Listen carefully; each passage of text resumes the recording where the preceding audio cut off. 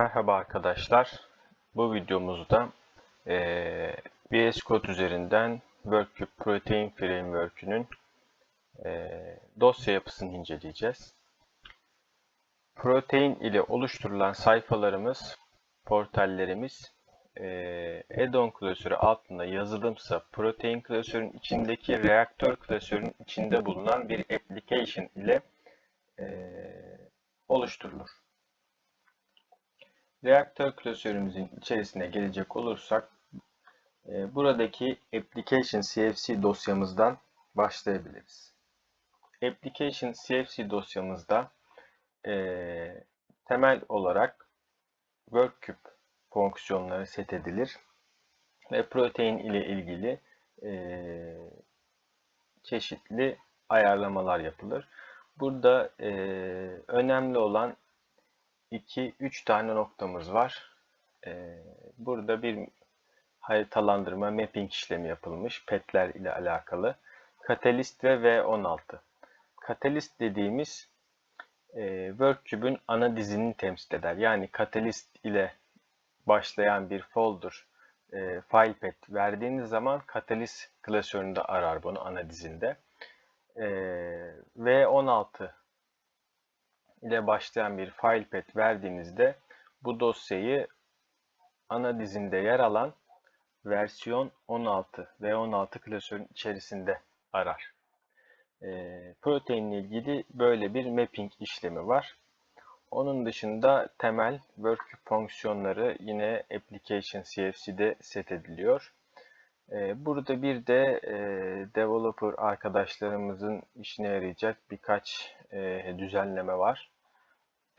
Mesela application'ı restart etmeniz gereken, application'da set edilen verilerin tekrar set edilmesini istediğiniz durumlarda URL'e hurt parametresini gönderip değerine de restart dediğiniz zaman application restart edilmiş oluyor. Burada da böyle ufak bir düzenleme var.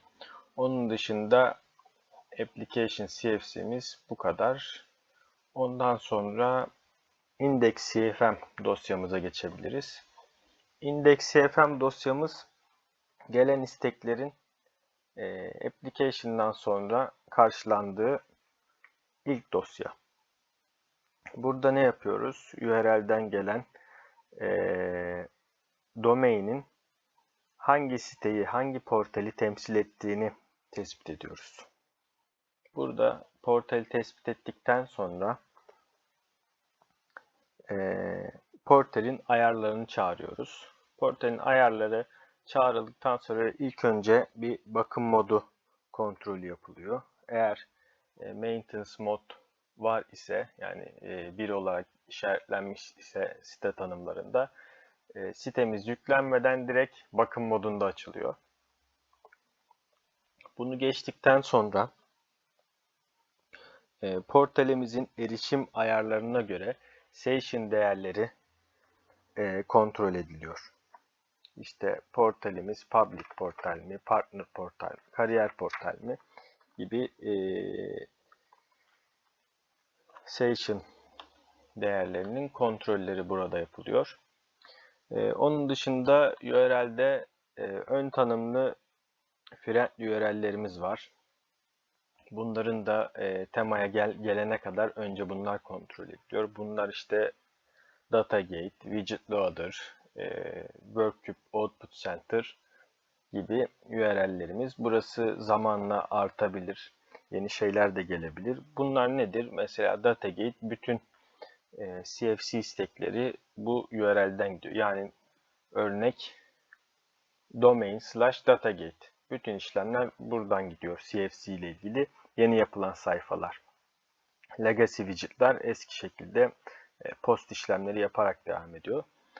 Widget Loader'da Ajax ile ya da Axios ile widget yükleme işlemlerinin yapıldığı URL. Yani widget yükleme işlemleri Ajax ile yapacağımız zaman Widget Loader URL'ine istek yapıyoruz.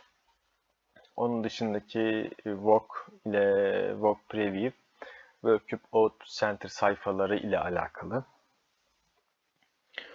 Ön tanımlı URL'leri geçtikten sonra tema ayarları çekiliyor. Sitemizin hangi tema ile yükleneceği bilgisi çekiliyor. Ondan sonra bir session kontrolü yapılıyor tekrar. Eğer login gerektirecek bir erişim seviyesindeyse portalimiz login ekranlarına yönlendiriliyor. Login gerektirmeyecek bir işlem ise set edilen temamız çağrılıyor.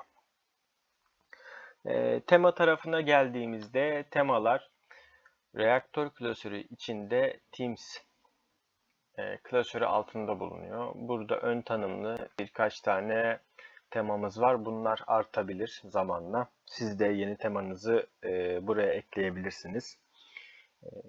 Bootstrap temamızdan başlayalım. Temalarımız genel olarak header, footer ve layout dosyalarından oluşur.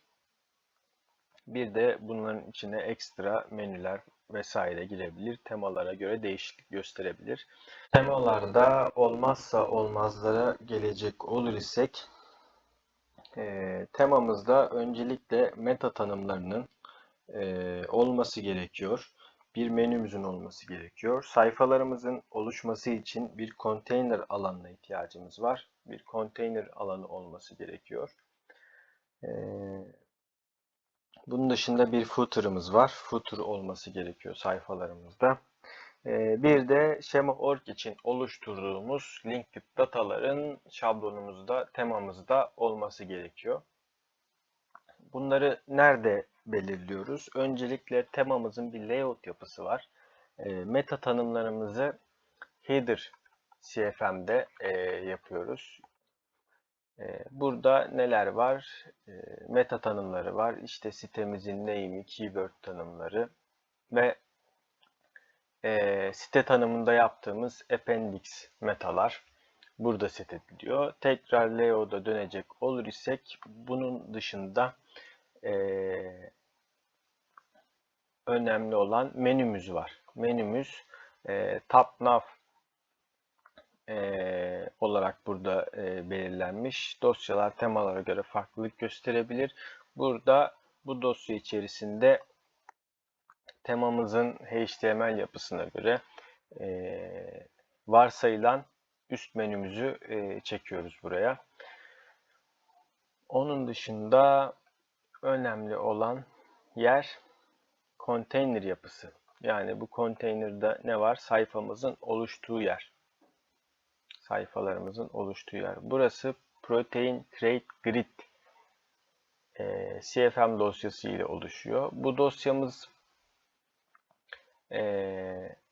ana layout'ta, ana template'te ve page'te set edilen widget'larımızı grid yapısına göre sayfamıza diziyor. Bu dosyamızı include etmeden önce set etmemiz gereken bazı attribütler var.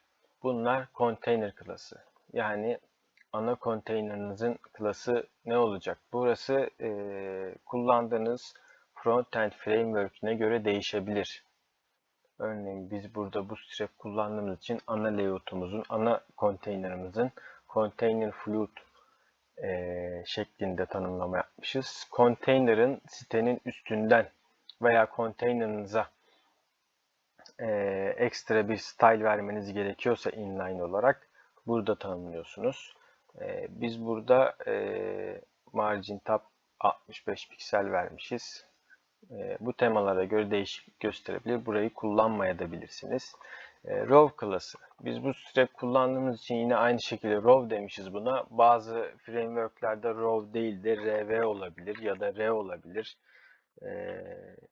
Burası değişebilir. Row'lara ekstra bir style vermeniz gerekiyorsa inline onları belirtiyorsunuz. Varsayılan call klası. Yine aynı şekilde bu call da olabilir.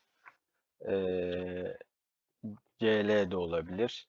Burası yine Frontend Framework'ünüze göre değişebilir.